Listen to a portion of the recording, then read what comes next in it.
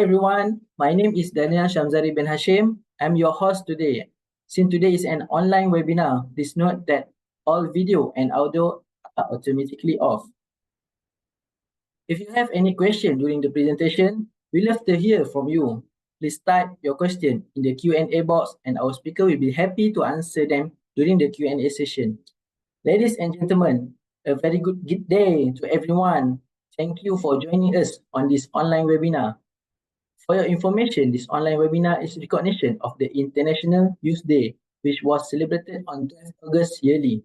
This webinar is a collaboration between the Tropical Science Foundation and the Academy of Science Malaysia.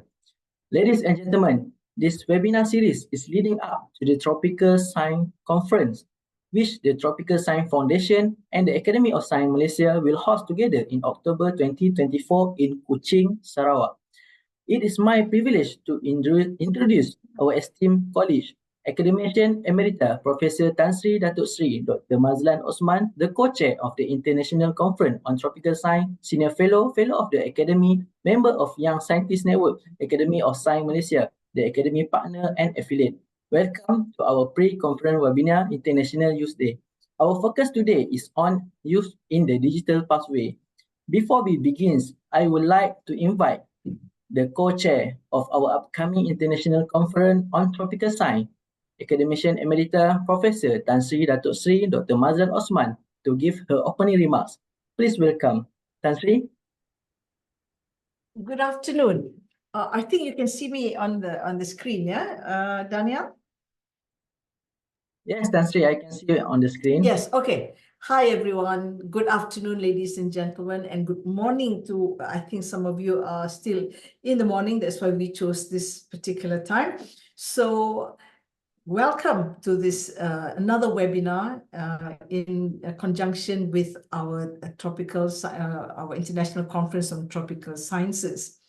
Yes, with this speech, this is for International Youth Day, but as youth plays a very, very important role in the context of the topics, I think it's very important that we get youth to especially address us today.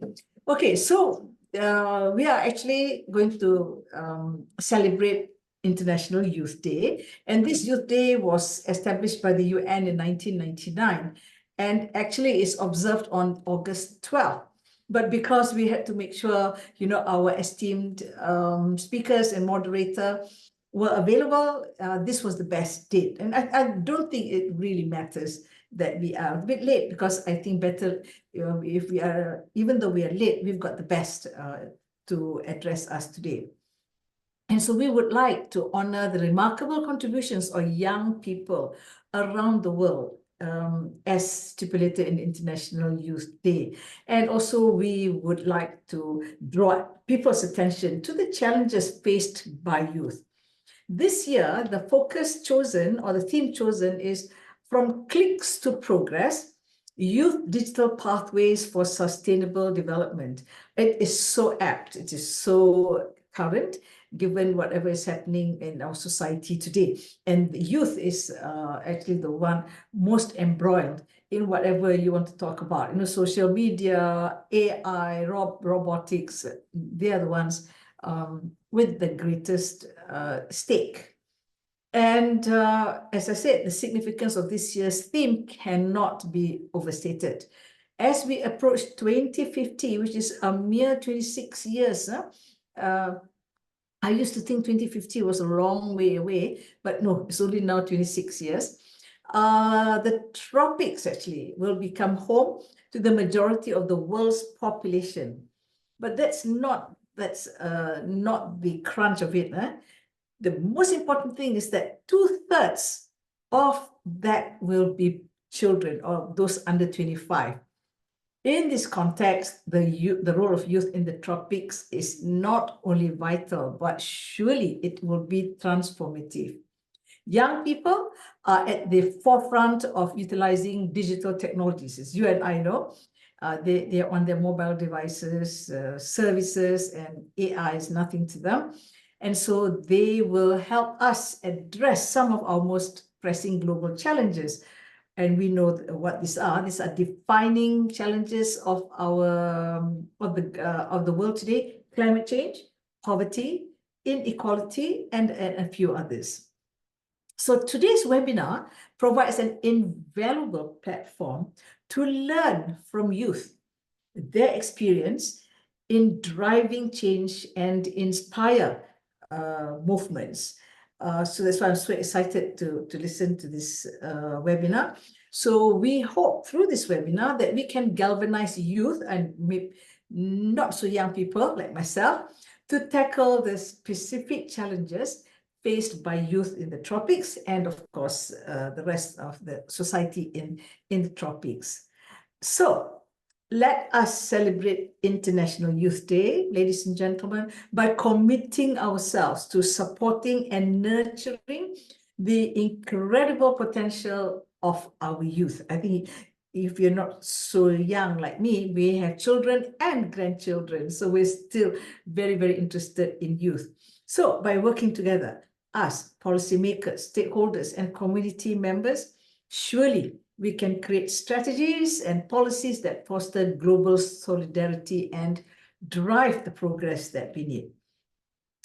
Let us ensure that the youth of today, they have the tools and the opportunities that they need to continue leading us with the vision and determination. We are going, we have a very great panel today. Dr. Vela, a friend of mine, he's going to lead this discussion. So I leave it to Dr. Vela and the rest of you to enjoy this coming discussions. Thank you so much.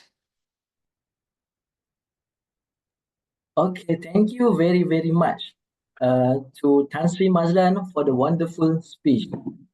Ladies and gentlemen, before I pass the floor to Dr. Vela, our moderator for today, please allow me to introduce Dr. Vela a little bit. Dr. Vela Pandian Ponusami is a PhD holder in the field of sport science, measuring in sport psychology from the University of Western Australia, Perth. Dr. Vela is currently appointed as the CEO of the Institute for Youth Research Malaysia, facilitating the overarching management and development of the institute within the national and international context. Now let's begin. I would like to invite Dr. Vela to moderate the session. Please welcome Dr. Vela. The floor is yours. Thank you very much, MC, for the great introduction, and also my sincere thanks to Tan Sri, Datuk Sri, Dr. Mazlan Osman for considering me as a moderator for these sessions today. Good day to everyone, and a special thanks for the organizer, Tropical Science Foundation and Academy Science Malaysia, for organizing this event. Thank you so much for investing your time with us today. Ladies and gentlemen, distinguished guests and participants from around the world, welcome to the Youth Day webinar in recognition of International Youth Day observed on 12 August 2024. This year's theme is Youth Digital Pathways for Sustainable Development. My name is Vela from the Institute of Youth Research Malaysia, Ministry of Youth and Sports. And it is my great pleasure to serve you as a moderator for today's important discussion. So today we have gathered to explore the critical issues of youth, digital pathways for sustainable development. As the digital landscape continues to evolve, it presents both challenges and opportunities for young people worldwide. Our discussion today will focus on how youth can effectively engage with and leverage digital technologies to drive sustainable development in their communities and beyond. So International Youth Day is a significant occasion that reminds us of the vital role young people play in shaping up our future. So it highlights the importance of empowering youth with the tools, knowledge, and also opportunities they need to lead in the digital age. This day is a celebration of the creativity, energy, and also potential of youth, as well as a call to action for greater inclusion and support. So the objective of this webinar is to bring together experts, educators, innovators, and young leaders to discuss. The first thing is fostering digital skills for future generation, empowering youth leadership through a service culture, and the use of social media in youth engagement. Through our engagement, we aim to share knowledge, raise awareness, and inspire actions towards youth in the digital pathways. With this in mind, let us now turn our attention to today's discussion. We have an esteemed panel of experts who will guide us through the complexities of youth in digital pathways and their role in advancing sustainable development. Joining us today are the first speaker, Insinyur Technologist Dr. Aziati Yusof, Head of E-Training, Center of Instructor and Advanced Skills Training, SIAS, from Ministry of Human Resource Malaysia. So let me just give you a little bit of background of Dr. Aziati. She is currently the head of e-training unit at SIAS, Ministry of Human Resource, and has more than 21 years of working experiences at various government agencies, including Ministry of Youth and Sports, Department of Skills Development, and Advanced Technology Training Center. She is a certified professional engineer and professional technologist. She holds a PhD, Masters of Science, and Bachelor degree in Computer Engineering. Her research interests include cloud computing, big data, and intelligent system. The second speaker will be Ms. Pujita Goswami, Program Coordinator, Tears of the Earth, India. So Pujita Goswami is a gold medalist in peace and conflict studies from a Tata Institute of Social Sciences and has more than 3 years of experiences in the area of peace building, specializing in cultural dynamics, education, interfaith leadership, and the empowerment of women and youth. She works to foster lasting peace. Pujita has worked from grassroots rural development to managing international conferences and has mobilized one of India's largest network of peace builders by training more than 5,000 youth across India, significantly enhancing youth leadership towards peace building. Her Pain Peace initiative has gained recognition in various communities. Currently, she is with Tears of Earth, coordinating peace building projects and empowering marginalized women towards sustainable practices. And our third speaker for today is Mr. Aidil Iman. Aidil, founder of Collective Iklim and Jejak Lia. Aidil Iman is a former UNICEF Youth Climate Champion consultant with years of experiences in youth empowerment for environmental action. He is the founder of Collective Iklim, a youth group focused on synergizing biodiversity protection and climate action. He also recently established Jejak Lia, a youth citizen science project on urban biodiversity. Aidil is part of the National Consultation Panel on Climate Change with the Ministry of Natural Resources and Environmental Sustainability, where he advises the federal government on the climate change policies and strategies. So now we have 3 great panels for today. Now let's get into the first presentation by Dr. Aziati, titled Fostering Digital Skills for Future Generation. So I hand over this. Doctor, you have 15 minutes for this presentation as well as to other panels. You have 15 minutes presentation each. And yeah, we start with Dr. Aziati, and I hand over this floor to you, Doctor. Thank you. Thank you, Dr. Bella, Tan Sri Dr. Mazlan, fellow panelists. Thank you to Tropical Science Foundation and Academy Science Malaysia too. Let me try to figure out, I have some slides here I'm going to share with you. And sorry if I'm taking some time. It should be fast. Okay. So I have here, let me do this slideshow. Okay. Hope you can see the slideshow, yeah? Is it working? Working. Okay. Dear respected audience, today I'll be talking about fostering digital skills for future generations. And I'm from SIAS, Kementerian Sumber Manusia.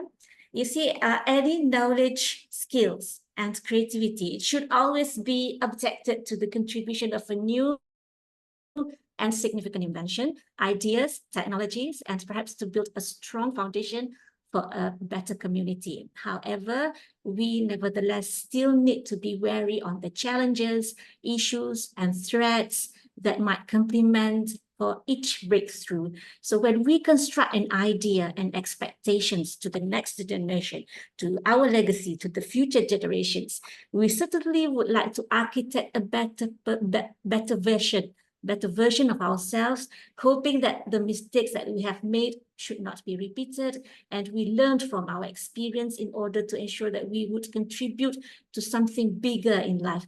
If the latest technology requires us to be skilled in many emerging new areas, we need to take up the challenge and anticipate not only the advantage of the new inventions, but also the issues that we have to deal with. Okay, okay, this is my first slide. I would like to start our discussion with what we have achieved and what are the efforts that we have made through the national policies and blueprint. As early as Malaysia earned her independence in 1957, and we are going to celebrate Hari Merdeka 31st August in a few days, this Saturday, right? So the first policy launched was on the education policy in I'm sorry, Dr. Aziati, your slides are not moving. Just not moving. yeah, I think you're speaking on the second slide with the timeline, right? Maybe Okay, can so share the screen. Sorry, just had to. let me stop share and reshare the screen.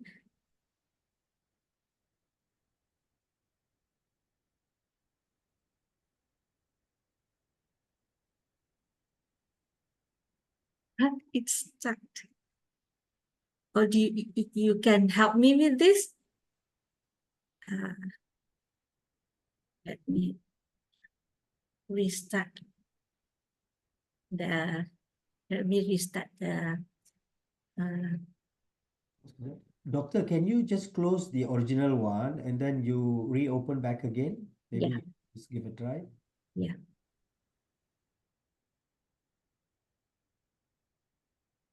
Okay, this is the first slide.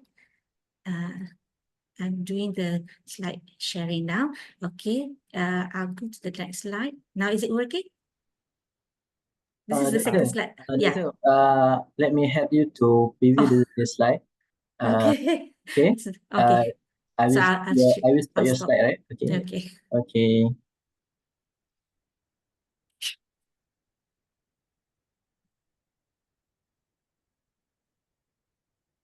Okay, can you all see the slide? Yeah. Sure. Okay, Okay. this is the next slide, right? Yeah. Yeah. Okay, the Okay. second slide. Okay. So I Sure. would like to start our discussion with what we have achieved and what are the efforts that we have made through the national policies and blueprints. And as early as Malaysia earned her independence in 1957, the first policy launched was on the education policy in 1961.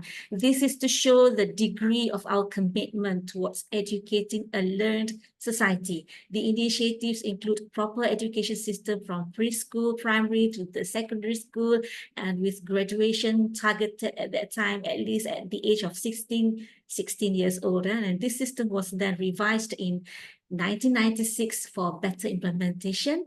And recent motion is that at least the minimum grade that our citizens should possess is a Malaysian Education Certificate. That is the Sijil Pelajaran Malaysia, SPM.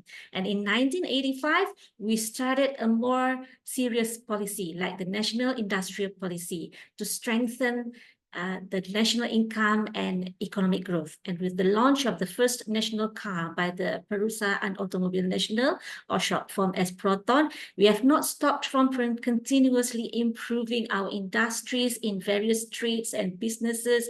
And later of that decade, we have launched the Vision 2020 in 1990 with the aim of integrating both the technical skills and the industrial essence, while at the same time we still produce a society with virtues, right, and good values. And to ensure that Vision 2020 is always in line with the national initiatives, we can see that many succeeding policies were introduced at that time to support this motion. And when the world was hit by the change in millennium year, the year 2000, the Y2K, we were also challenged by the need to keep updated with the digital fluctuation. And for that matter, we have introduced the National Science, Technology and Innovation Policy in 2013. And this is one of the great efforts of keeping our nation updated with the latest technology, especially when we continuously ensuring the involvement of the schools, higher learning institutions, and the support from relevant ministries in this area.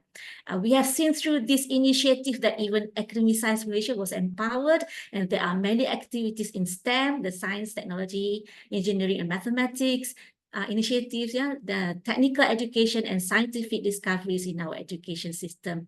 In 2021, we have launched the digital economy policy, and a number of digitalization initiatives and blueprints were developed, including the IR Forward, the cloud computing, the big data establishments, the issues on cybersecurity, and the national digitalization roadmap. And as for today, and as per the initial statement made by our latest, the 10th Prime Minister on 16th January 2024, Malaysia is working towards optimizing the advantages of the new emerging technology, especially in artificial intelligence, or short form as AI. Please, next slide, Daniel. So according to the World Economic Forum, these are, in general, I'm taking this framework, the chart from the World Economic Forum. Please help me with it. Yes, thank you. So the contents, according to WEF, they said that to success in the fourth industrial revolution, they suggested this Education 4.0 framework, which consists for the contents of education, at least the highlights are on the global citizenship skills, innovation and creativity skills, technology skills, and interpersonal skills. For the optimum experience in the education framework, the World Economic Forum has also outlined 4 elements, which are the personalized and self-paced learning, accessible and inclusive learning. Inclusivity can be all kinds of students with different kinds of background and abilities, right? And then the problem-based and collaborative learning, and lifelong and student-driven learning. Okay, next slide, please, Daniel. Yes, all right. When we talk about digital skills and our anticipation with what's next, it is in fact good to know what had happened in the past. So how we have dealt with the global changes and what have contributed to our present world. And this slide is showing the history of digitalization. Well, it is interesting to learn that what is shaping us today has started its work more than 130 years ago with the invention of the telephone by Alexander Graham Bell in 1876. The curiosity of mankind in the skill of communications keep improving. And the first invention of telephone was using the analogous characteristics of the sound wave and depended upon the frequencies for the purpose of sending messages. So from these characteristics, the next invention came into the limelight. Sorry, I haven't. Sorry, Daniel. So about the second invention of the telegraph in 1896, which was later being used radically in the World War I and magnified during the World War II. And the creation of telegraph has shortened the time of sending messages across the countries, even across the continents, and the codes of correspondence. It was indeed a breakthrough. From this attribute, the inventors keep improvising the creation towards producing digital materials through the concepts of 2-digit messages of yes or no, on or off, 1 or 0. So the invention of a computer later came into the limelight. So ever since the creation of a computer, the phases of many new inventions in digital materials were multiplied. Many opportunities, initiatives, funds, policies, and grants were shared and offered to research and creative institutions. So from supercomputers, and then we have companies like IBM, Intel, Apple OS, to all in one integrated computer, integrated chip with the functions of communications. This had led us to the invention of smartphones. And the size of the devices keeps decreasing to wallet-sized materials. So this is until the latest industrial revolution, which we can mark as the beginning of the Apple iOS creation for its iPhone.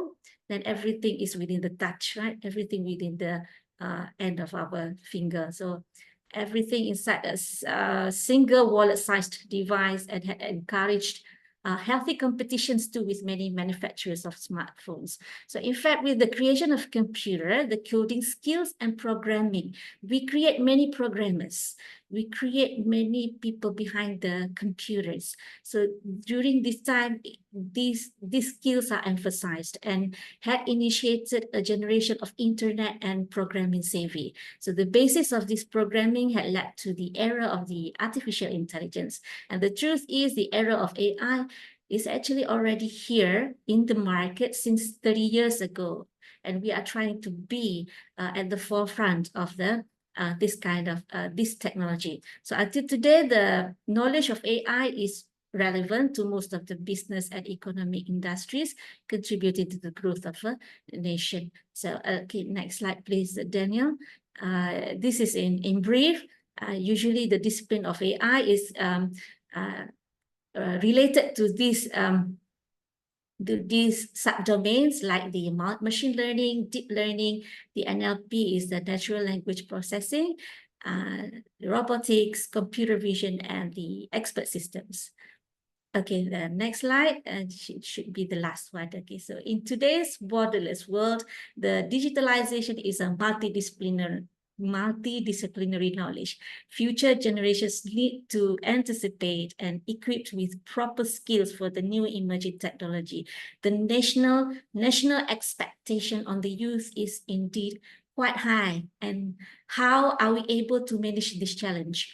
Issues like the information security, dark web, cybercrime, cryptography, and privacy would also emerge at the same rate, at the same time, at the same pitch as the rapid development in the technology. So because of this challenge, we are indeed indebted to our legacy for proper education. We are responsible to ensure that our education is the right education for them to earn, and the training especially in the digital skills. So through AI, we also anticipate the virtual worlds of immersive technology like the metaverse, blockchain, non-fungible tokens, or the NFTs, and the cryptocurrency. So those are still under research and continuous debates.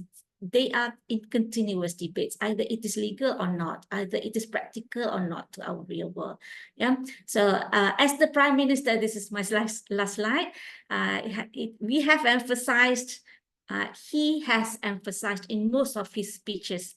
This poster is dated 19th August, recent poster saying that Yang Amat Berhormat Datuk Seri Anwar Ibrahim has urged the need for every party and every organization to support the Malaysian aspiration to be among the top 20 nations in the implementation of AI. And in addition, when it comes to imparting the realization of digital economy, digital skills, I believe the youth and the future generations always anticipate and be wary on the changes and the development that took place within the digital technology. They are the advanced citizens. The only thing left is how are we going to shape them for better community? At the same time, they are loving society. They have a lovable heart and contribute to a prosperous nation.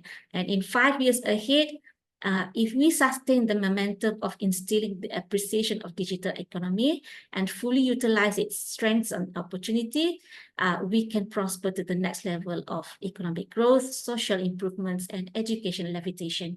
The key words here are transformation and readiness for change. We acquire many experts, fresh ideas from the young minds, as well as the skilled workforce to make it happen, accompanied by of course, the support, unprejudiced financial support from the government to it. If we can formulate a good solution towards producing a persistent transformation program, the nation would no doubt to be in stability for a long time.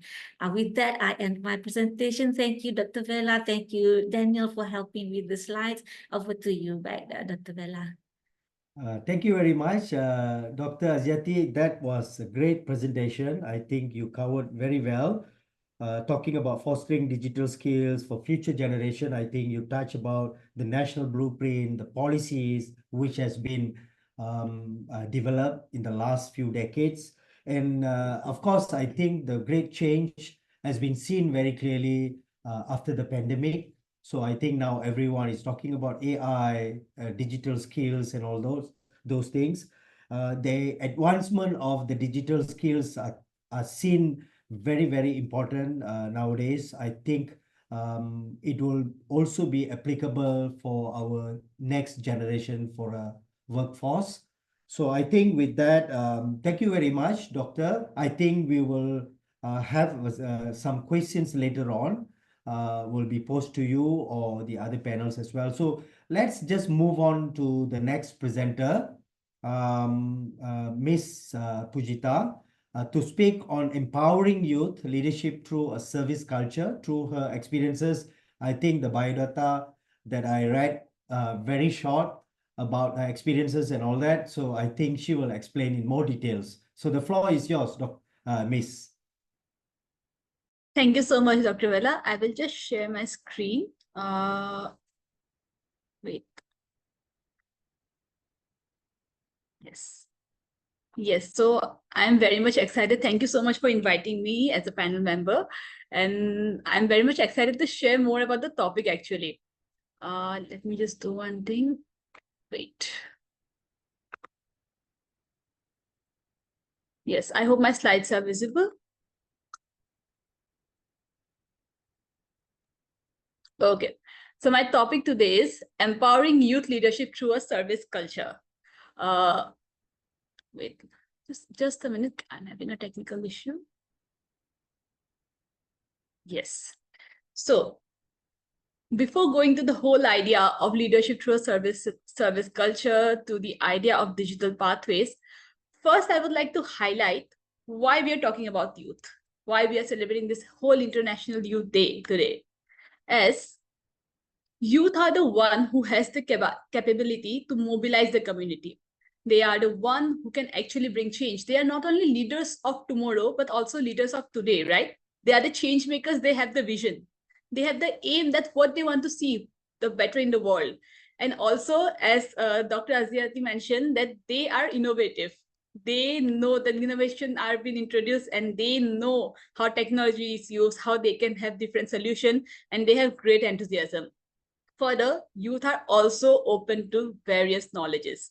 They are flexible, they are not rigid, and they're also in the learning process. It's helped them to learn more about the world.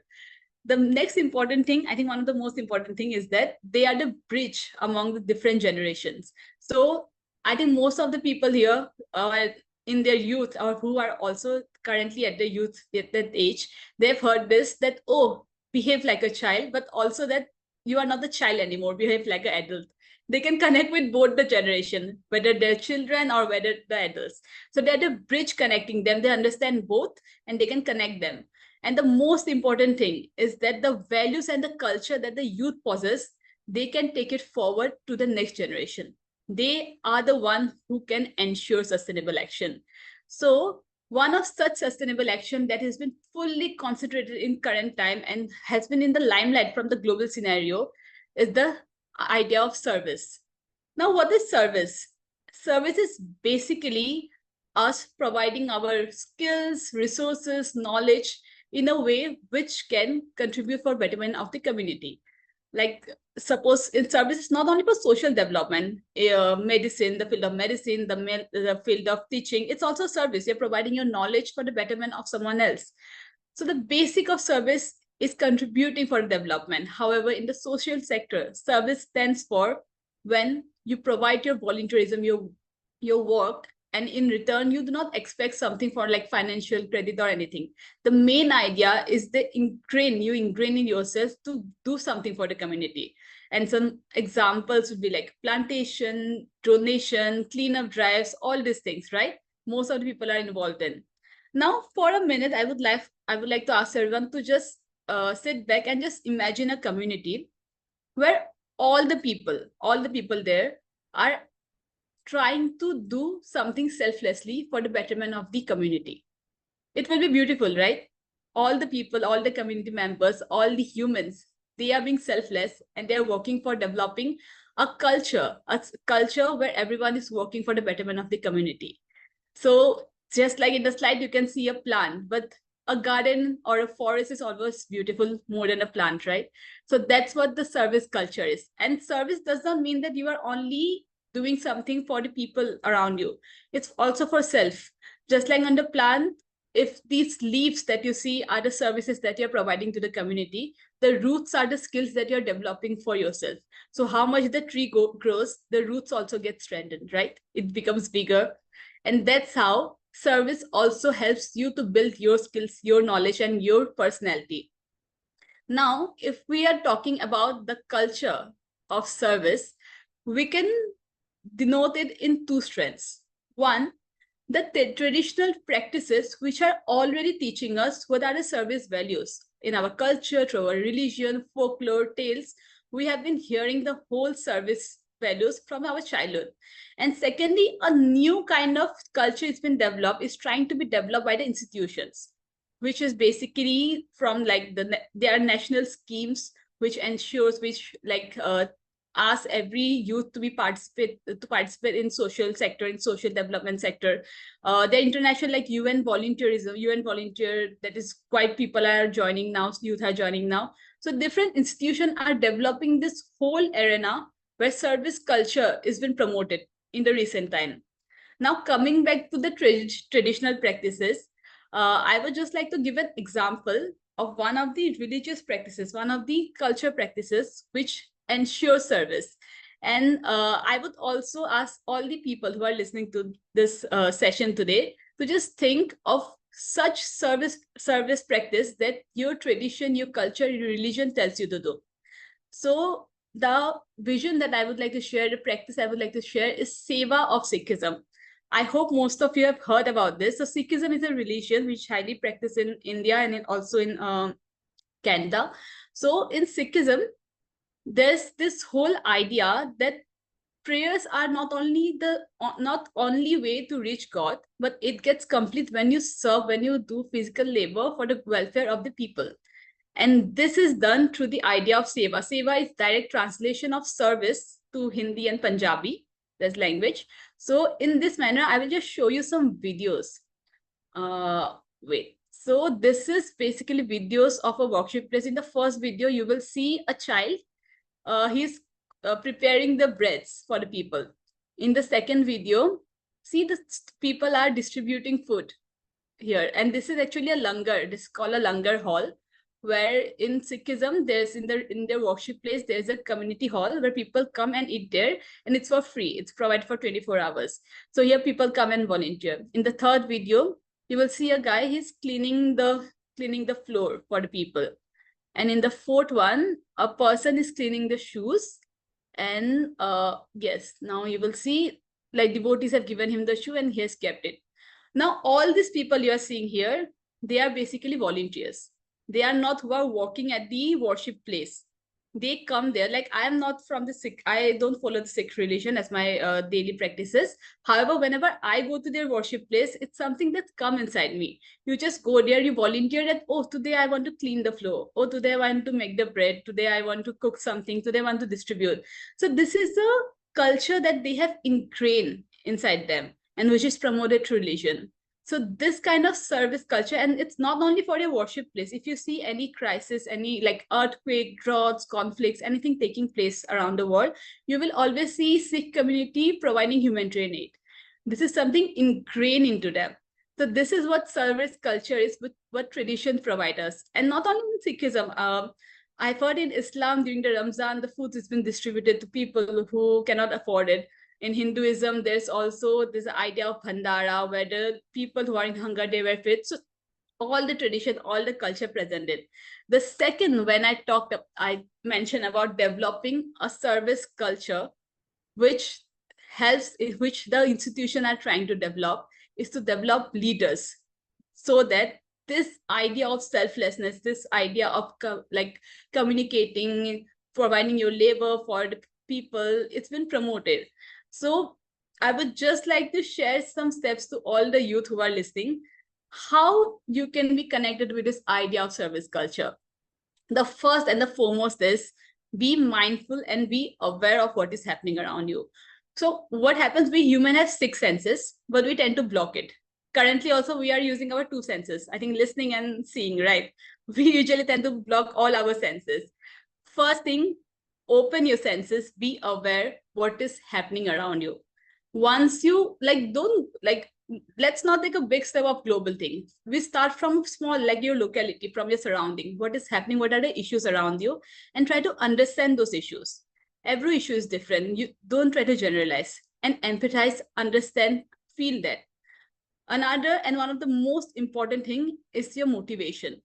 The first is what is happening around you. Second is why you should be doing it. Why your involvement in the thing is important.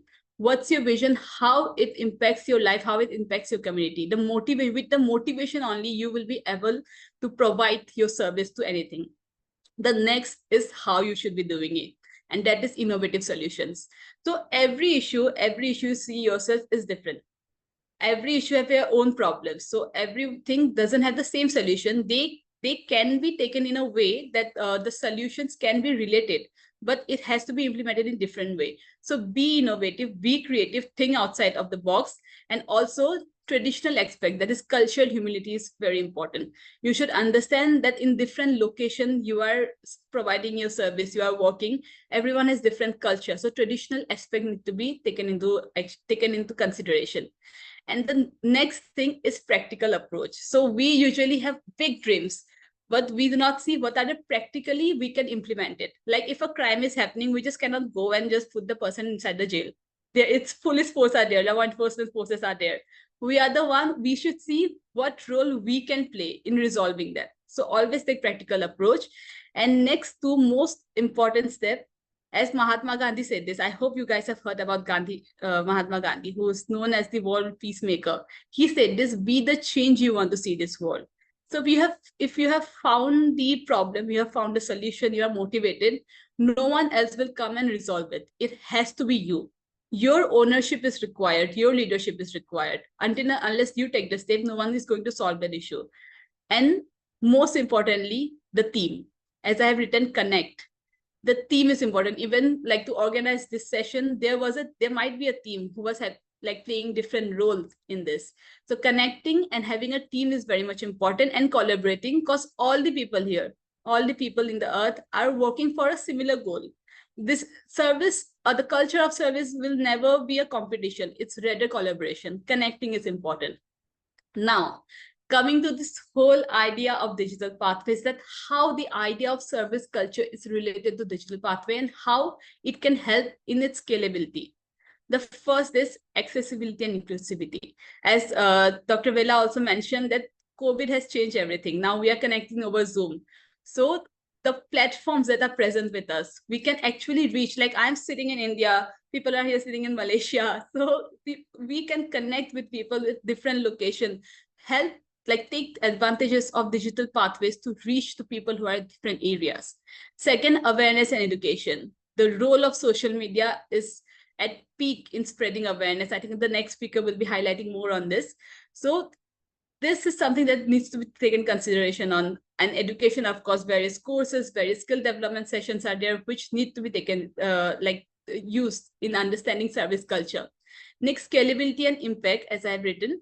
So that is basically, I hope you know that, suppose giving an example, if there's some earthquake took place in a region and you need to send some humanitarian aids.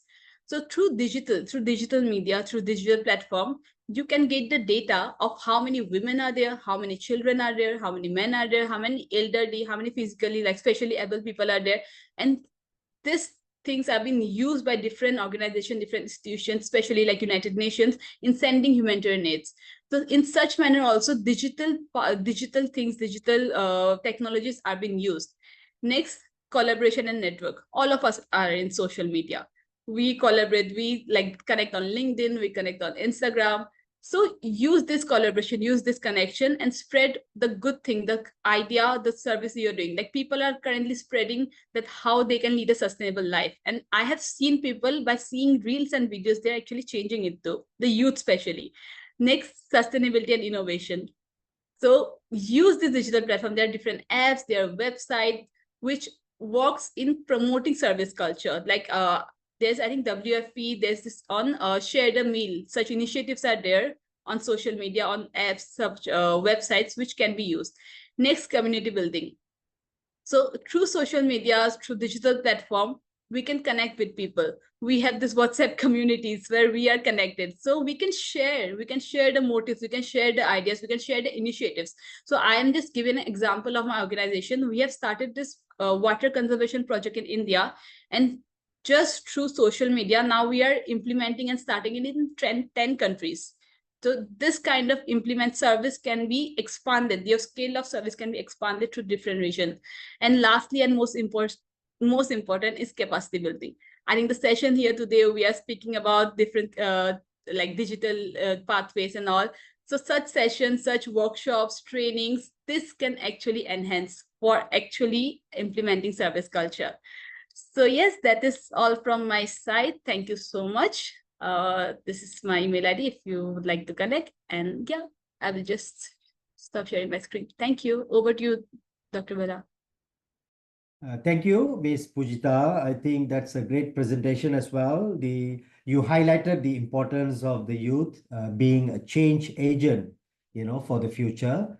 And you also did mention that the leader of today, because always there is a famous phrases that always people used to say is the leaders of the next generation and all that. I think you should aware of youth is going to be the youth of today, the leader of today, So I think looking into some of the presentation, you highlighted also transformation youth through a service culture.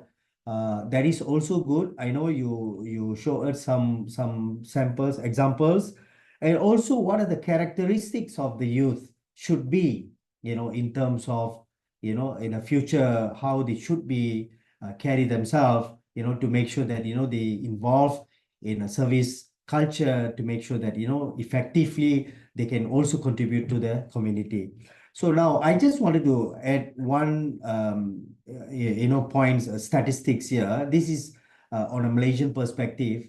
When we talk about youth, it is always important because the number of youth in each of the countries, of course, in India, I'm not sure about the statistics, but in Malaysia, almost 1/3 of the Malaysian population, are on this particular age group, which is 15 to 30, which is a definition of youth in Malaysia, 15 to 30. So we got roughly around 9.26 million. So this is almost 1/3 of the. So if you're talking about youth is important, their potential for future, I think this number need to be really considered as the key numbers for government or any policy changes and all that. And also, I think there is a lot of other things that you have touched, potential and other digital pathways and all that. So I think we will hold the, the facts later on for us to share with you, Ms. Pujita. So now I just wanted to focus on the third speaker, the last speaker for today. We would like to welcome our final speaker, Mr. Aidil Iman Aidil, with this presentation of use of social media in youth engagement. So this is also another important elements. So I'm pass over these sessions to you, Mr. Aidil. Thank you so much, Dr. Vela, and to my speakers, Ms. Pujita and Dr. Haziati. I think that was a really nice presentation on making digital pathways for sustainable development from a youth lens. But today I just wanted to do a simple presentation, hopefully a fun one, on the use of social media in youth engagement, particularly on the fields of climate change activism, where I'm mostly involved in. But first, I just wanted to clarify the interconnection between young people and social media activism. We've seen a rise of social media outlets from X to Instagram to TikTok, as the most recent one, that has established themselves as important instruments for activism in general, offering individuals and CSOs or youth-led organizations, mainly as a platform to generate awareness about certain issues like climate change. But at the same time, social media has been intertwined with younger generations, especially Gen Z, with their high use of social media outlets.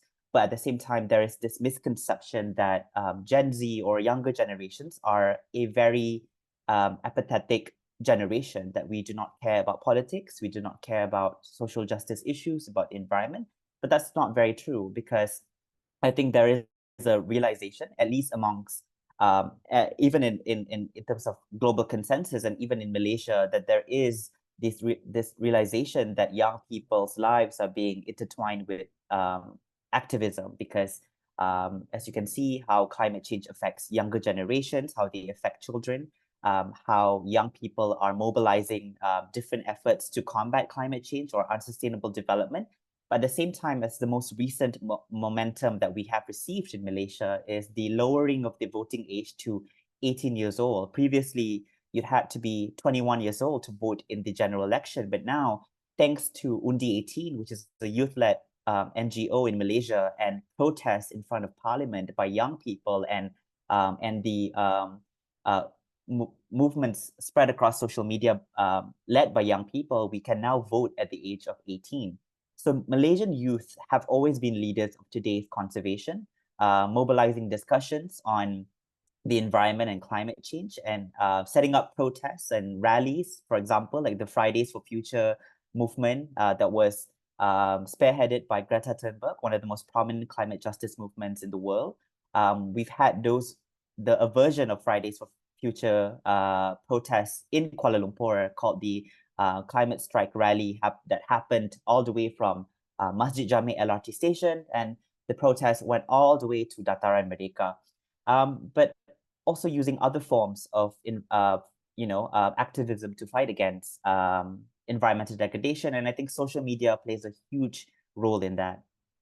But again, that there is this misconception that I tend to encounter with adults and people in my field, especially in the TSO, meeting with political actors, with government officials, that young people are simply do not want to get involved in the environment or into environmental action, that they are not an aware generation. But this is completely not true, because based on the National Youth Climate Change Survey Malaysia by UNICEF Malaysia and UNDP Malaysia, as well as the local organization called EcoNights, they ran a survey that spread across 6,000 respondents all over Malaysia, that found that young people find that climate change, 92% of them, of the respondents, find that climate change is a crisis, and that 9 out of 10 Malaysians have experienced climate change vulnerabilities, from water cuts to droughts to flooding to heavy storms.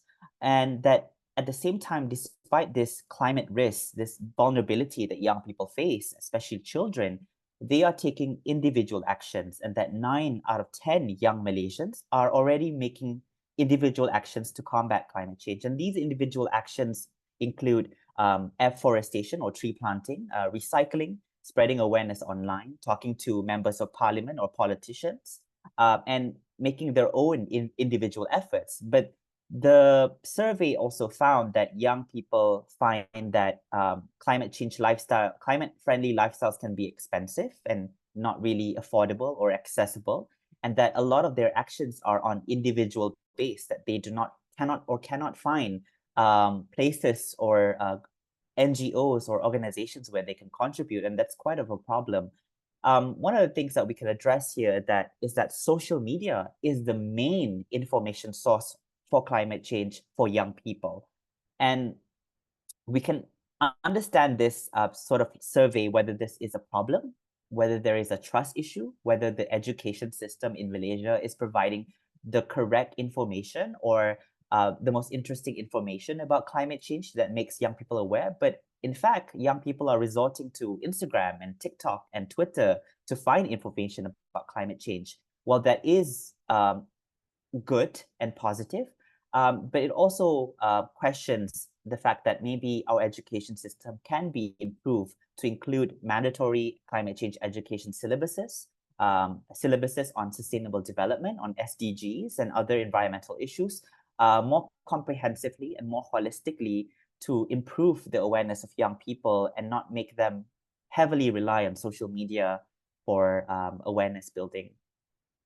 At the same time, I wanted to, talked about, the use of social media to generate information on climate change or any other social justice issues or sustainable issues. And one of the platforms that have been used for climate change information is TikTok, and it's being used by a lot of Gen Z people to share that kind of information. In fact, a 2021 study found that young people, have a hard time navigating conversations between scientists, journalists, politicians, policymakers, and sometimes they want to break it down, dumb it down a little bit, and TikTok is the best way for them to convey that kind of information and knowledge that people in the institutions are talking about. And I think this study has found that the TikTok generation or the content that they have made has enabled non-expert users in this situation, young people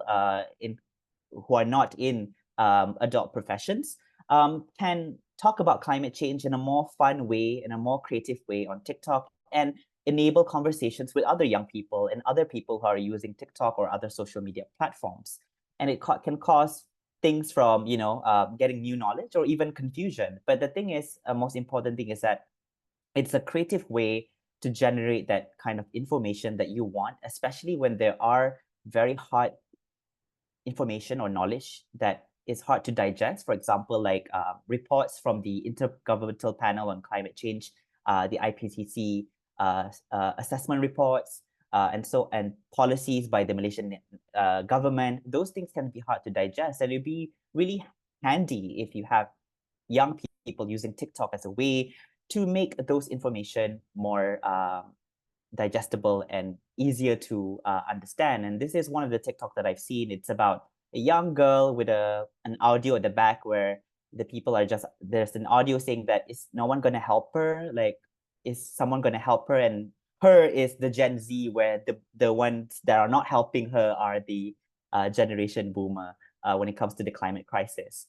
At the same time, you can see that young people are using pop culture as a way to spearhead conversations about climate change on social media. During COP26, when it happened, so during the Conference of Parties under the United Nations Framework Convention on Climate Change, Blackpink, a K-pop girl group, was appointed as ambassadors to COP26. So they were climate change ambassadors to this UN climate change conference that was happening in Glasgow in the United Kingdom. And when they were appointed as UN ambassadors for climate change, their fans were all over the place talking about climate change. They were making hashtag from their lyrics, like, for example, changing Blackpink in your area to climate action in your area. So this poster right here was not started by Blackpink, the girl group, the K-pop girl group, but K-pop fans. And they were urging their followers, their Twitter followers, their Twitter friends, their mutuals on Instagram and other platforms to create their own awareness project or to participate in different climate action because that they're sort of like the girl group Blackpink that they were a fan of were ambassadors of climate change during COP26. And I had the fortunate opportunity to give a talk to hundreds of Blackpink fans online who were interested about mobilizing climate action on social media and off social media. And I've seen one post where a bunch of Blackpink fans, this in Indonesia, decided to plant mangrove trees in a forest in Jakarta in recognition of climate change, but mostly because they were influenced by their K-pop idols. So you can see this kind of intercultural relation between pop culture and climate change and activism that's really great for young people and using social media as a way to convey that. But can young people or the engagement of youth in social media influence adults or adult-led institutions, right?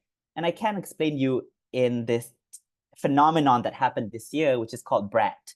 So Brat is an album by Charli XCX, a British-based pop star who released her album called Brat this year, and it garnered huge social media traction.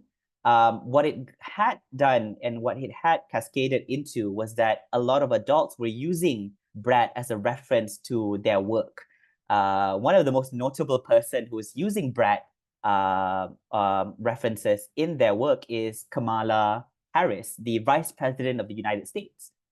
So she is using this neon colored green, which is the color of the album by Charli XCX, who is this amazing pop star, by the way, that I love and admire. And her songs are really great. I mean, on Pitchfork, which is a review article, her album managed to get 8.6 out of 10, which is a really great number. So back to my point is that the Vice President of the United States is using this Brat reference by Charli XCX to garner political support, to convey messages during the elections that's happening very soon in November in the United States. But can this be localized in Malaysia? Yes, you can. It's all over TikTok. You can see Malaysians using the Apple Dance by Charli XCX. You can see that they are using lyrics from the album from Brat. But recently, the World Bank economist lead for Malaysia, Apurva Sanghi, have used Brat for a tweet reference. He has used it in terms of identifying the problems with businesses, whether they would reduce the prices in terms of the exchange rate between the US and Malaysian prices, right? So you can see here, he's saying ringgit is so Brat, right? So right now people are using Brat as a way to say that it's amazing, it's great, it's positive. And you can see now, like a lead economist for the World Bank in Malaysia is using the same reference. So I don't know which intern has influenced him in this decision making, or which Gen Z has whispered in his ears and say, like, you need to use this so that young people can understand economic issues, can look into economic information in a way that is digestible to them, that is also fun, right? So you can see here him talking about it. Also another fun fact, his favorite song from the album is 365, which is the last song from the Brat album. So you can see here that social media engagement can influence adults, and they can influence adult-led institutions like the World Bank or the Office of the Vice President of the United States. But can young people also use different ways, and how are they using different ways of social media engagement for the environment? Young people in Malaysia have always been creatively using social media as a way to raise awareness for the environment and also to promote direct action as well. So some efforts include, for example, the recently launched project that the Malaysian Forest Fund collaborated with a youth-based organization called Kelab Belia Prihatin in the Young Environmentalist Journalist. So this is a video from one of my friends. Her name is Sophia. So she did a really fun video about why forests in Malaysia are so important. What kind of ecosystem services do forests provide in Malaysia? So she's doing this while participating in the Young Environmental Journalists initiative set up by the Malaysian Forest Fund and Kelab Belia Prihatin. So you can see this kind of video all over Instagram, actually, where they are doing this to spread awareness about forest conservation in Malaysia. But there are also other efforts to promote direct action. For example, just a few days ago or last week, I believe, I made a tweet on calling where I did a tweet on a template form or email for you to send out to your members of parliament in mobilizing the National Adaptation Plan. As you can see, Malaysia is facing some serious consequences of climate change. Recently, the sinkholes incidents in Kuala Lumpur have been a concern, and that calls for a national adaptation plan for Malaysia to become resilient against the climate change issue. So young people are using many platforms, whether they're Instagram, whether it's X, to convey about both environmental awareness and direct action. So what is a platform that exists for where you can find young people operating in mobilizing climate action or environmental action? One of the platforms that I know is, and I have worked with when I was at UNICEF Malaysia, is the Youth Environment Living Labs. So the Youth Environment Living Labs, or YEL, is a joint initiative between UNICEF Malaysia and UNDP Malaysia that focuses on elevating youth voices for environmental action. YEL actually provides opportunities of career development. It provides opportunities of content creation. As you can see here, there are social media posts on International Youth Day. There's a post on International Day of the Tropics. They are engaging with different content creators, but most importantly, YEL provides seed funding for young people to mobilize their projects when it comes to the environment. And this is one of the platforms I think that you as policymakers in this room or adults who are already working, looking to collaborate with young people, YEL is an amazing platform that you can reach out to where you can work with a bunch of young people who are really passionate about the environment on social media and off social media. You can either follow them on @MariKitaYEL on Instagram or go to their website at yel.my. So my last presentation is to really say about how can you help youth organizations in Malaysia. So these are some youth organizations that I think that are relevant to the discussion today. There's Youth United for Earth, or YouFE, which that does great mentorship programs for young people. They do amazing capacity building programs. They do youth spotlights on their social media, where they spotlight youth environmentalists on their social media, I think bi-weekly. They try to put out more young environmentalists on their social media platform for the public to know better. There are other organizations like the Malaysian Youth Delegation, MYD. So they're more focused at the policy making level of climate change, and they are more involved with the Malaysian government when it comes to international commitments to climate change. For example, our commitments at the UNFCCC. There are organizations like Kelab Belia Prihatin, which I think does an amazing job at localizing environmental narrative. They have an amazing social media presence. They have an amazing visual atmosphere when it comes to their work. They do amazing camera work. They do amazing photography and documentaries on the environment that involves young people working together with scientists and adults.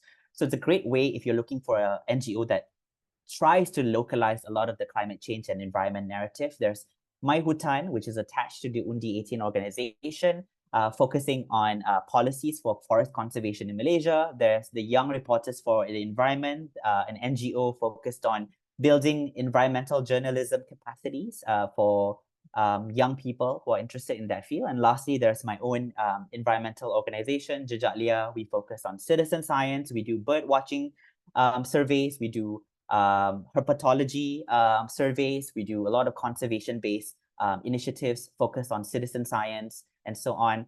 But these are organizations that I think you can collaborate with. We have a ton of ideas for your social media, for your work, for your policies. And I think it's time to essentially to collaborate. And I think the speakers have mentioned this, that it's a great time to collaborate with young people and to push this narrative forward, that young people should be at the decision-making table when it comes to policies and even social media. And I think that wraps up my presentation, and thank you so much. Thank you, Mr. Ideal, for the interesting presentation. I think you covered most of the social media benefits, and then you're emphasizing on youth engagement, focusing on the climate change. I think based on your sharing, I would say that media plays an important role, especially in this digital age, to make sure that whatever the message that you wanted to convey to the youth out there, these are the best platform if they use this wisely. Of course, we didn't talk about anything about the negative part of it.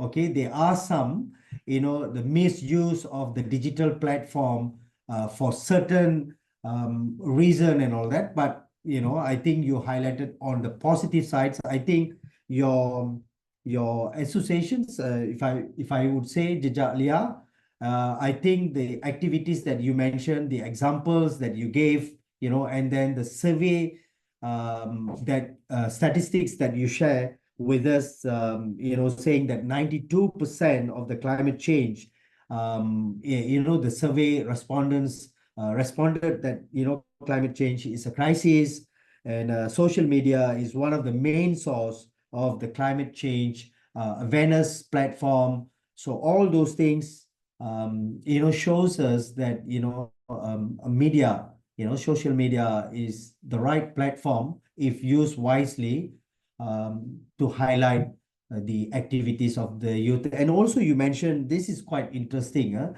when you list out a list of, I knew you didn't put the whole list, but you did mention some by the youth organization in Malaysia.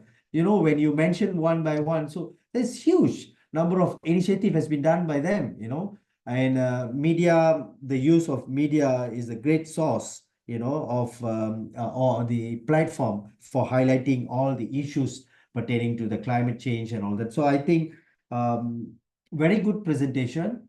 So I'm going to just stop here based on the 3 presentations. Of course, there are some questions that I'm going to post later on. So now let's hear from our audience. If you have any questions, please feel free to raise your hand, and you can also type them in a chat box. We will do our best to address these these questions, and I will forward these questions as possible to one of our speakers as well. And we have already collected some of the some of the questions earlier. So I would like to just highlight here, based on my recent attendance in one of the conference in the 3rd Kazan Global Youth Summit in Russia, which has been held last few days ago, from the 22nd to 24th of August. I think the whole part of the world, I think now they're talking about a similar kind of, topics or themes. So I just wanted to highlight 1 or 2 here. So they did mention, they did talk about creativity in the age of AI, exploring new boundaries, and also digitalization and modern tools in youth policy. They also talk about humanity in the digital age, youth self-realizations, preservation of the traditional values, and how to involve youth to science and technology development in the digital age. So these are some of the common themes and also topics which has been discussed at international level as well. I think our topic and also the themes for today are not, far away from what we have been, talking about.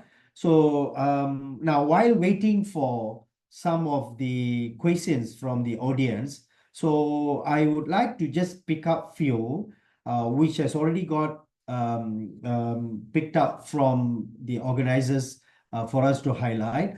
So I'm going to just post this to any one of you, not specific to any of you presenters. So any one of you can answer. So the first question is from Rama. How can the governments and also NGOs work together to create more opportunities for youth to engage in digital pathways that lead to sustainable development? So I may repeat, how can the governments and NGOs work together to create more opportunities for youth to engage in digital pathways that lead to sustainable development? Any one of you?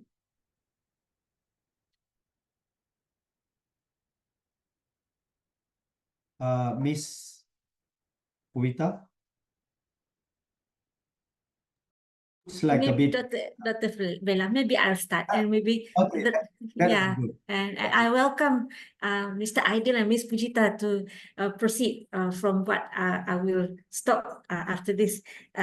We can all together discuss about the question is on how a government or even NGO can help the youth to get more opportunities to engage in digital pathways.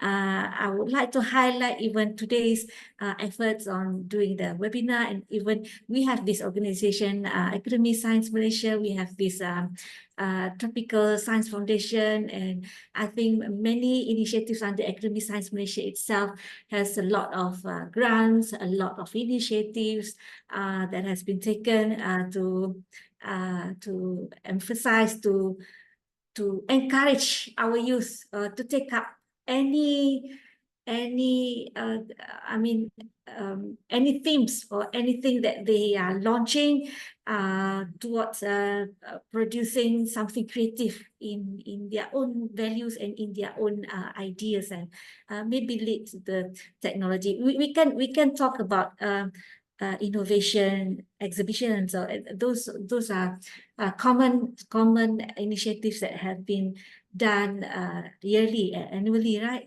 Even innovation competitions can come from the government itself, even the NGOs, even many organizations that set up the innovation competitions. But to those who are not into the innovations, I think we have the STEM at school, we have the Tech Olympics. Recently, I thought Tech Olympics has been going to these schools. I think lots of activities in schools. We are emphasizing on the extracurricular. Yes, we still highlighting on the fact that each of our school children should graduate with at least the SPM, the CJ Pelajaran Malaysia. But along their journey throughout the 11 years at school, every year we are encouraging them to take parts with many activities. And I think this is part of the engagement in digital. It doesn't matter either it is directly or indirectly, because even indirect engagement in school activities, we always use digital things, right? With the activities in the classroom, even the classroom are using the smart boards now, and then even they have program collaborations within from school in Malaysia with maybe India, Miss Pujita, program collaborations from one school in Malaysia with Japan, the webinars like this, and then sometimes we take the initiatives of sponsoring them for a site visit for a week or two, right? Okay, that's from my point of view. I think, thank you, Doctor. So I would like to just extend, if there is any additional from Miss Pujita. I'm going to hold Mr. Aidil because you got two more questions later on the climate change. So Miss Pujita, you want to elaborate more on Yes. the questions that I posed just now?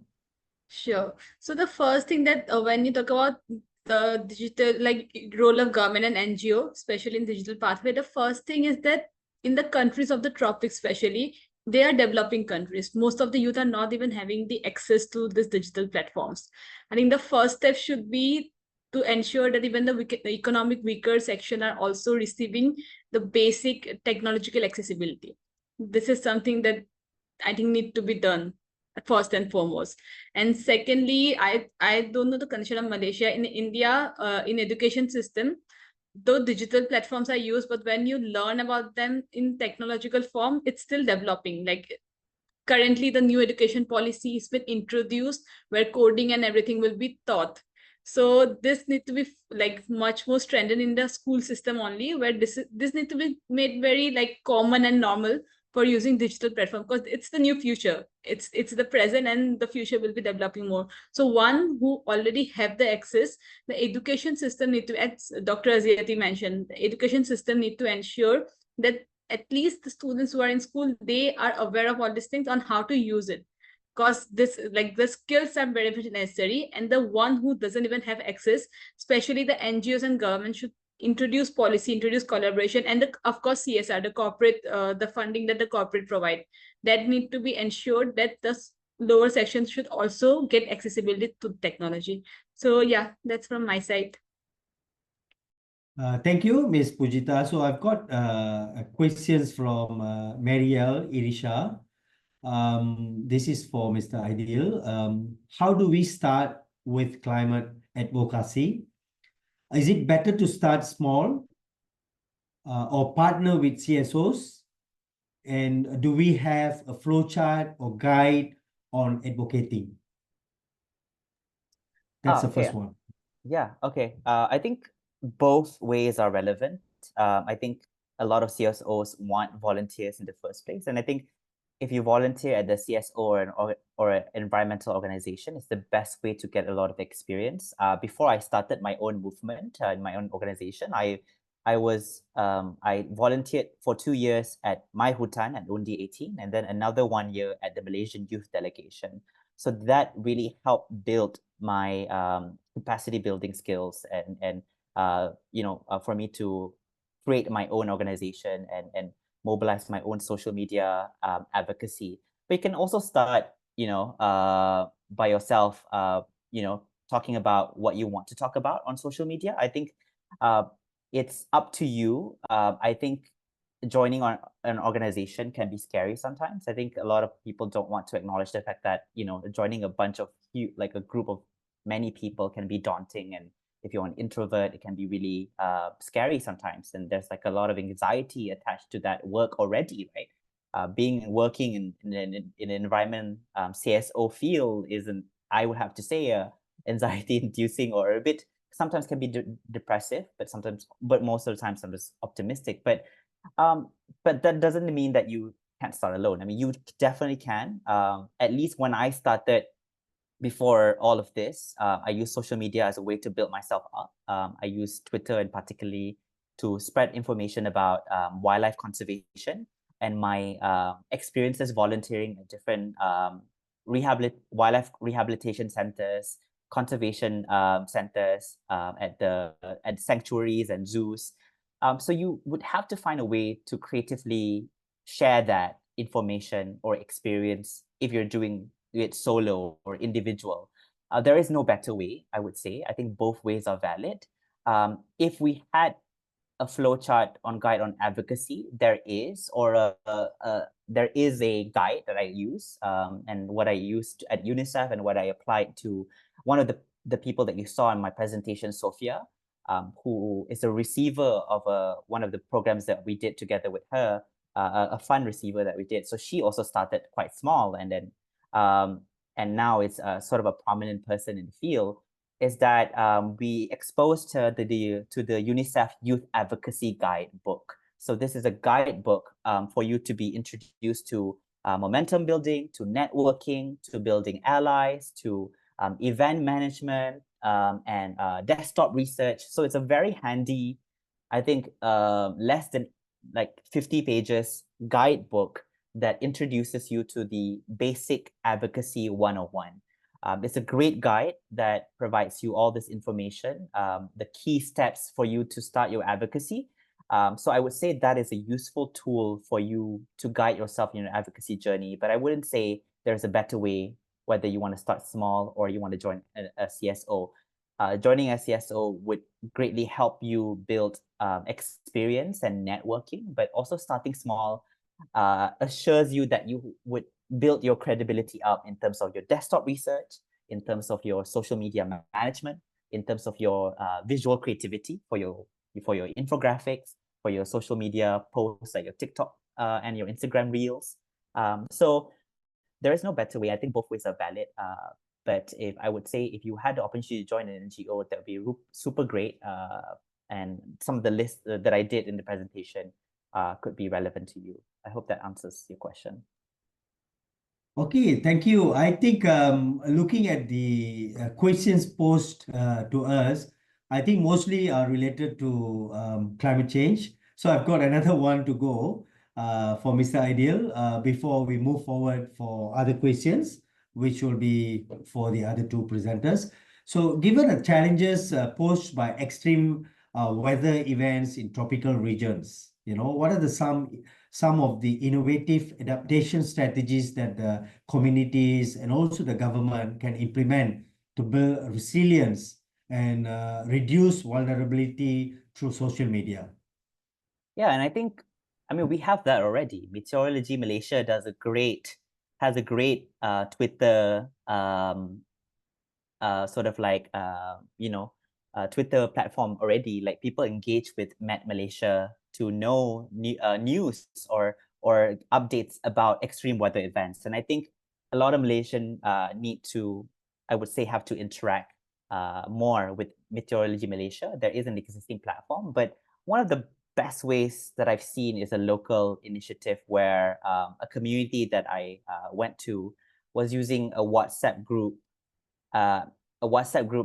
solely for the purpose of conveying information about extreme weather events, whether it's about heavy flooding, about extreme heavy storms, about drainage, their longkang getting, or their drainage systems getting clogged up, and so on. So that's one great community-based initiative. And this was also done recently by young people when I was studying at University Malaya, where a residential college was using a WhatsApp group specifically for the dissemination of extreme weather events updates, right? But definitely the government can leverage more of their social media to convey more about early warning, making sure that social media is a part of early warning system, right? When it comes to climate change effects. I think that's a huge opportunity.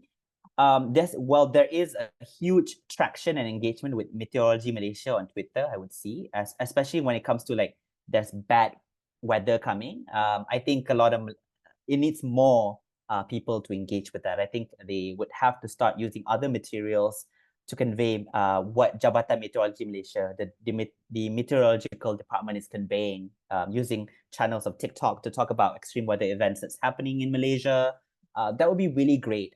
But essentially, we do need a comprehensive one outlet or platform or a mobile application that specifically is an early warning detection, early warning system based for the extreme weather events that we're seeing today. Similarly, what they're doing in places like Japan, in the United States, when it comes to the earthquakes in Los Angeles and so on, those will be great actually for us to have. Okay, Mr. Ideal, I think you answered very well. So I've got one, I'm going to just highlight, maybe the organizer can help us. There is one, participants raise hand. The name given is Jane Nicole, has raised hands. So if the organizer can just unmute this particular person to raise the questions. Jane Nicole Esperes.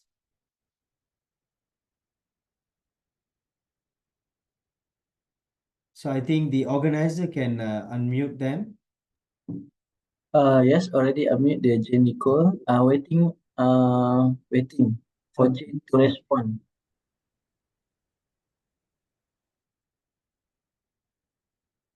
Okay, while waiting, I think I'm going to go, because I know quite number of while waiting for Jane, I know quite number of questions on the environment, so I'm going to just shift to the next questions from Muhammad Mazbah Udin. This questions is about what role do you think mentorship plays in guiding you through their digital pathways? Are there any specific mentorship programs that you could able to recommend? Because I think three of the speakers, you are already a good mentor. So I think if you want to just elaborate, any one of you, maybe, Dr. Aziati or Miss Pujita.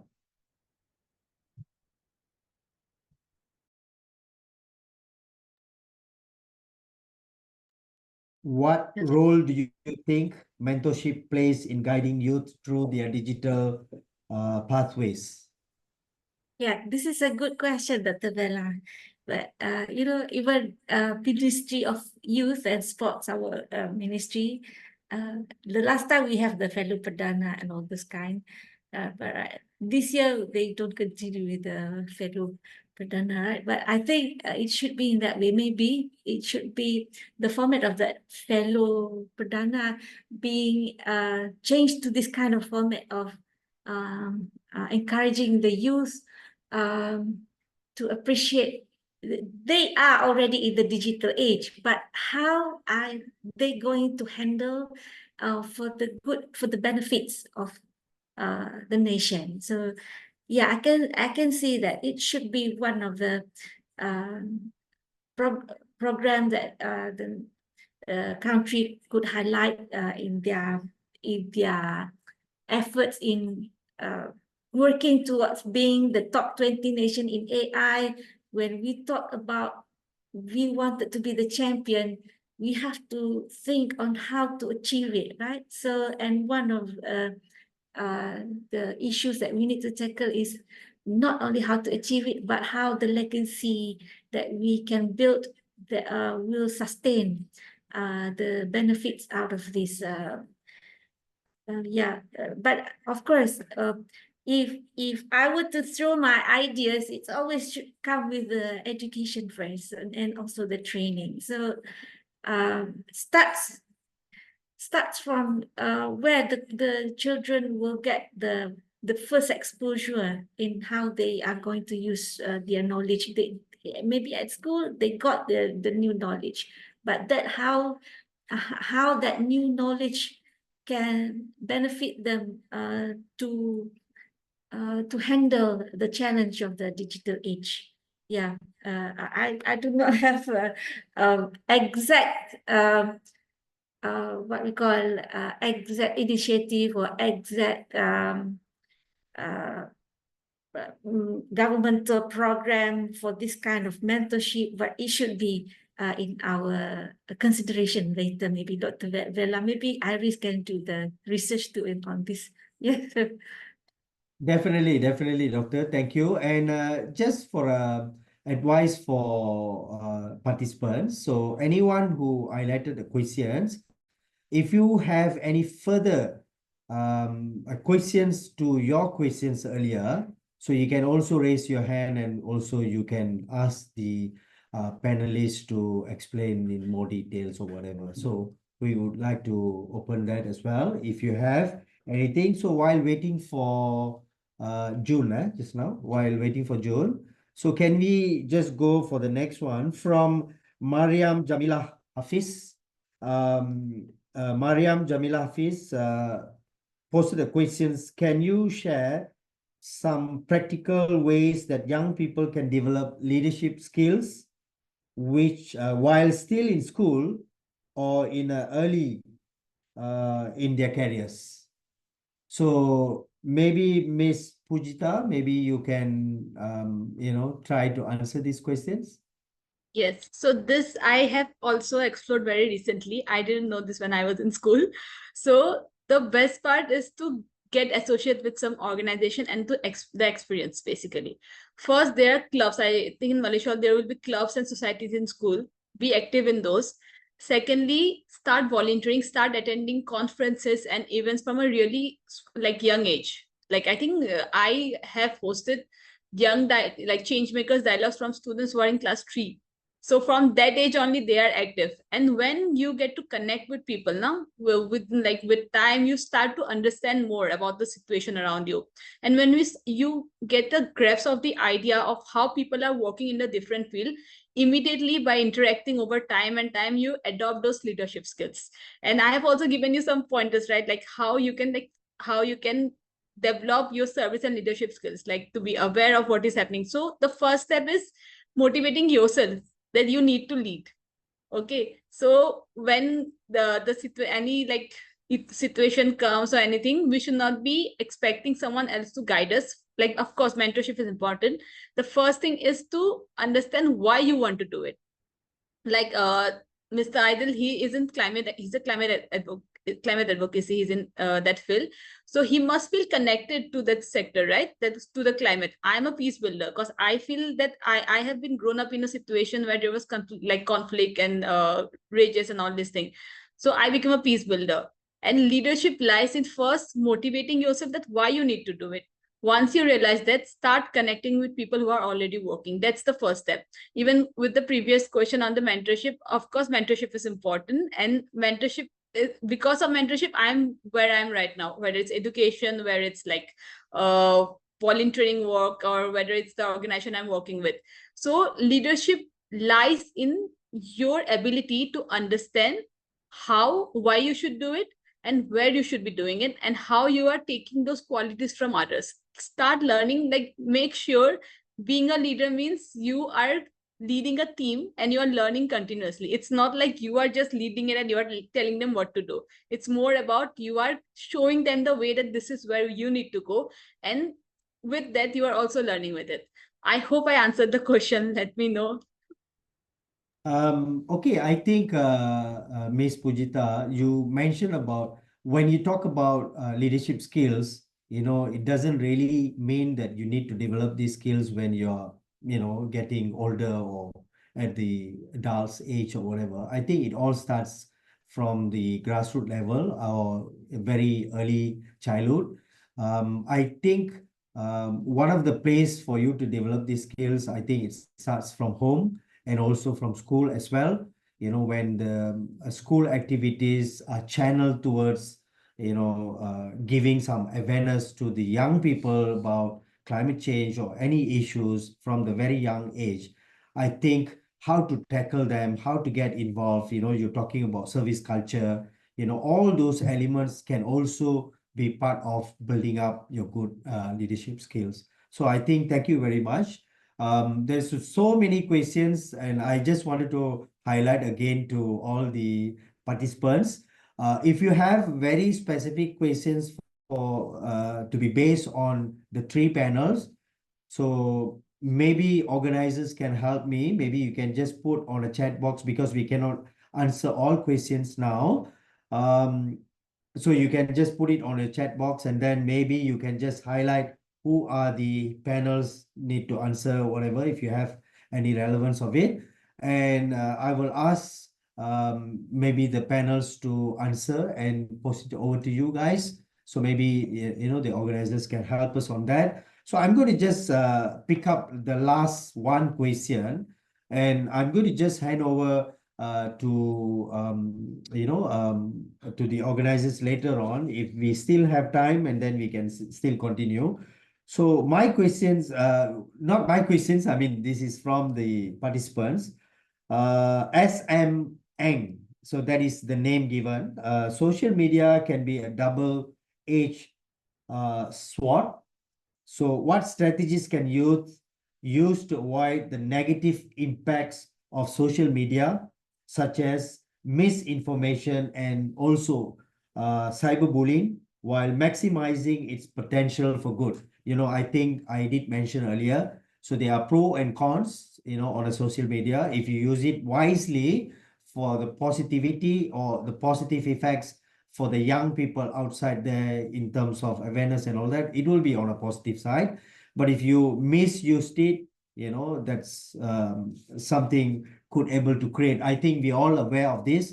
There's so many the media platform has been used in a wrong way to give a false statements, and also, cyberbullying and all that. So anyone, if I would like to repeat, social media can be a double-edged sword. What strategies can youth use to avoid the negative impacts of the social media, such as misinformation and cyberbullying, while maximizing its potential for good? I think I'd like to take that question first. Yeah,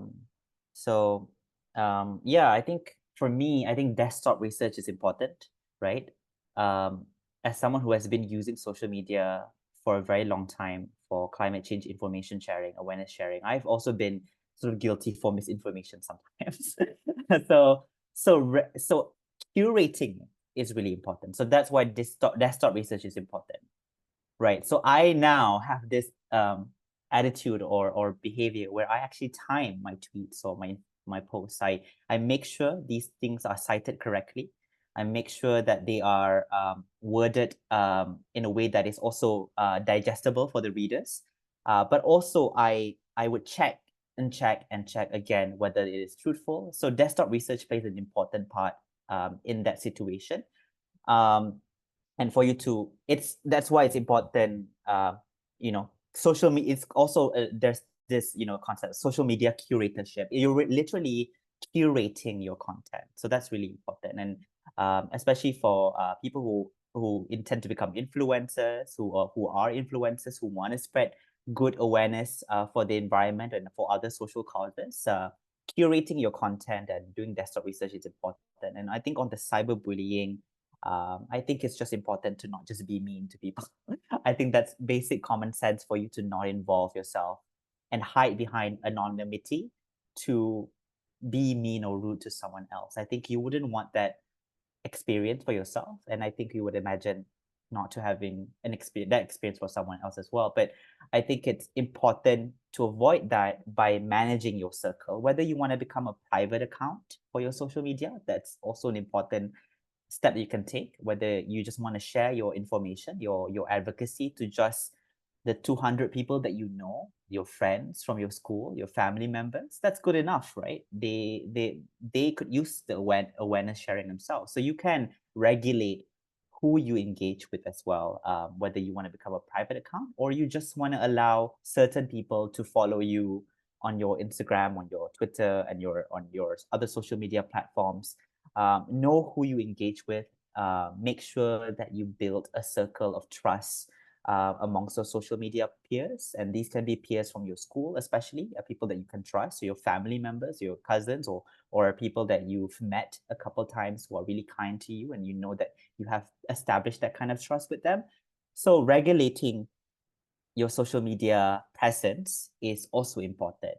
It's completely fine to be sharing awareness, information, or stories and experiences about climate change, about human rights, about democracy, to a certain limited number of people, like 200 people, 300 people, 500 people. It can be lesser than that. It's just as important when you are conveying to 25K people.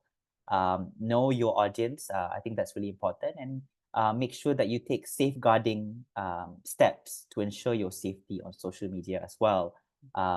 So I think that's really important. So I think that the main takeaway here is that for you to do your desktop research, for you to actually curate your content and time it to not just make it an impulsive content, and also regulating your social media presence and your circle of audience. Those are really important steps that you can take to ensure your safety and your credibility online. Thank you, Mr. Aidil. I think we are almost there. So I would like to wrap up, okay, as we approach the end of our webinar. So as I mentioned earlier, so if any participants has got any questions specifically to any of the panelists, so you can just highlight in our chat box. I think the organizers will take it to be posted to the panelists and to make sure that they answer accordingly. So yeah, as we approach the end of our webinar, I would like to express my gratitude to our panelists for sharing their expertise and also valuable insights with us today. So empowering youth to navigate digital pathways for sustainable development is a collective responsibility, and it is through such collaborative efforts that we can make a significant impact. Let us take inspiration from the discussion today and work together to support and empower the next generation of leaders in creating a sustainable future. So thank you very much. Dr. Aziati Yusof highlighted the importance of equipping our youth with essential digital skills for the future. And Ms. Pujita, in a general sense, Ms. Pujita Goswami inspired us with a focus on empowering youth through a culture of service and leadership. So finally, Mr. Aidil, showed us some potential of social media in effectively engaging and mobilizing youth, our young people. So this discussion have underscored the vital role of digital pathways in preparing the next generation for sustainable development. Together, we must continue to support and empower our youth, ensuring they have the tools to drive positive change. Thank you to our panelists and also participants for your engagement and also for your valuable time. Let's keep working together to create a brighter, more sustainable future. Have a wonderful day. Thank you very much. So I'm going to just pass over these sessions to the host. Daniel, it's yours now. Okay. Okay, thank you. And thank you very, very much, Dr. Vela, as our moderator today. For all information, we have 75 participants live today in this fruitful discussion. I found the discussion very insightful and interesting, and I believe the participants enjoy it too. Thank you so much to all the speakers, panelists, our moderators, for participating in this webinar and for your incredible support. To the participant, thank you very much for attending this webinar, all the 75 participants. I would like to remind the audience that this webinar is a pre-conference event of the International Conference on Tropical Science. You can view in our YouTube channel, Tropical Science Foundation. We have more pre-conference webinar coming soon. So please join us next time. And to everyone, if you would like to watch the recording for today's live session, we will post it in our YouTube channel as soon as possible. And we will upload the video soon. Goodbye and see you next time. Thank you very much. You can also join our conference Yes. in October. So just Google down if you want to come, Miss Pujita, maybe the either Mr. Aidil and all that. You can join our conference, a topical conference going to held in Sarawak, one beautiful Borneo Island. So it is very nice. If you, let's say, for example, you tend to be, it will be good to see us in a face-to-face there. Okay, guys, all the best to you guys. Yeah, Thank you. bye. Thank you all.